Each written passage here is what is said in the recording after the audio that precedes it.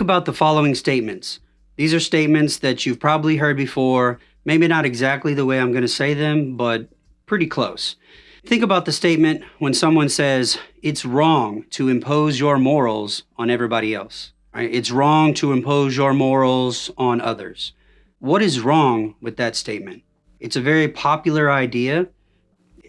People don't want to be considered judgmental. You're judgmental if you impose your morals on others. But just think about it for a minute. What's wrong with it? Now think about this statement. There are no absolutes. There are no absolutes. There is no absolute truth, for example. There is no absolute morality. There are no absolutes. What's wrong with that statement? Here's another one. You can't know anything for sure. You can't know anything for sure. You can't know anything with certainty. You can't know anything with a high degree of probability. You can't know anything for sure. What's wrong with those statements? Well, let's look at the first one. The first one says, it's wrong to impose your morals on others. Now, imagine someone telling that to you. Imagine someone saying, hey, Brandon, it's wrong for you to impose your morals on others. My immediate thought would be, aren't you imposing your morals on me with that statement? Aren't you telling me it's wrong to do something? If it's wrong for me to do something, and I don't agree with it, but you do, aren't you imposing your morals on me? Think about the second statement. There are no absolutes. Imagine someone telling you there are no absolutes. Does that person believe what they're saying is absolute? Do they believe their statement, there are no absolutes? Is that absolute? Is that always true? Now think about the last one. You can't know anything for sure. Are they sure about that? You can't know anything with certainty. Are you certain about that? You can't know anything with a high degree of probability. Do you believe that statement is very likely? Now, those statements have to do with knowledge. They have to do with ethics and morality, and they're very common beliefs that people hold. But I'll make it a little bit easier by saying some things that don't have anything to do necessarily with knowledge or morality. What if I told you I can't speak a word of English, right? What if I said in the English language, I can't speak a word of English? What if I said everything I say is a lie? All right, so that doesn't have to do necessarily with morality or knowledge. If I tell you using the English language, I don't know anything or I don't understand a word of English, then you know that can't be true. If it's true, then how am I saying what I'm saying? I have to know English in order to say I don't know a word of English. If I say everything I say is a lie, well, does that mean what I just said is a lie? If everything I say is a lie, if that's true, then what I just said is a lie, and therefore it's not true. These things are kind of confusing, right? If you've never had this kind of discussion, if nobody's ever pointed this out to you, your brain might be thinking like, I'm confused right now. It's kind of hard to think through this. It sounds confusing. It sounds weird.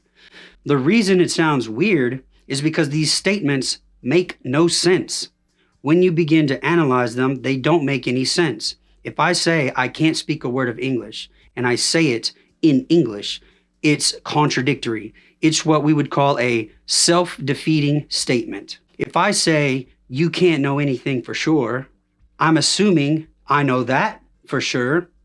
If I say there are no absolutes, I'm assuming that that part is absolute. If I say it's wrong to impose your morals on others, that's exactly what I'm doing when I'm telling you it's wrong for you to do that. I'm telling you what's right and wrong and what you should and should not do. All of these statements are self-defeating. They're self-defeating statements because they violate a basic law of logic.